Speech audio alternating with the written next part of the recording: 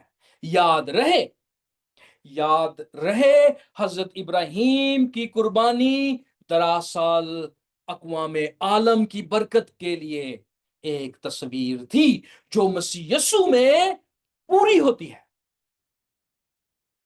جناب من، اس بات کو آپ نے گہری سنجیدگی کے ساتھ لینا ہے کہ حضرت ابراہیم کے ساتھ کیے گئے وعدے وہ قربانی کے نہیں تھے، بلکہ وہ زمین کی سب قبیلے تیرے وسیلہ سے برکت پائیں گے، یہ تھے۔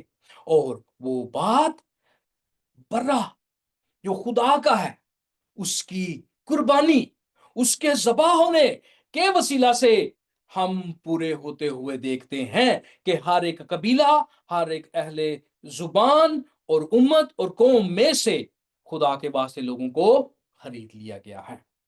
اب جب ہم اس بات کو دیکھتے ہیں، ایک سانچے میں اکٹھا کرتے ہیں، تو یوں معلوم ہوتا ہے حضور خداوند یسوع مسیح واحد ایسی شخصیت ہیں جس کو ایک نبی خدا کا برہ کہتا ہے۔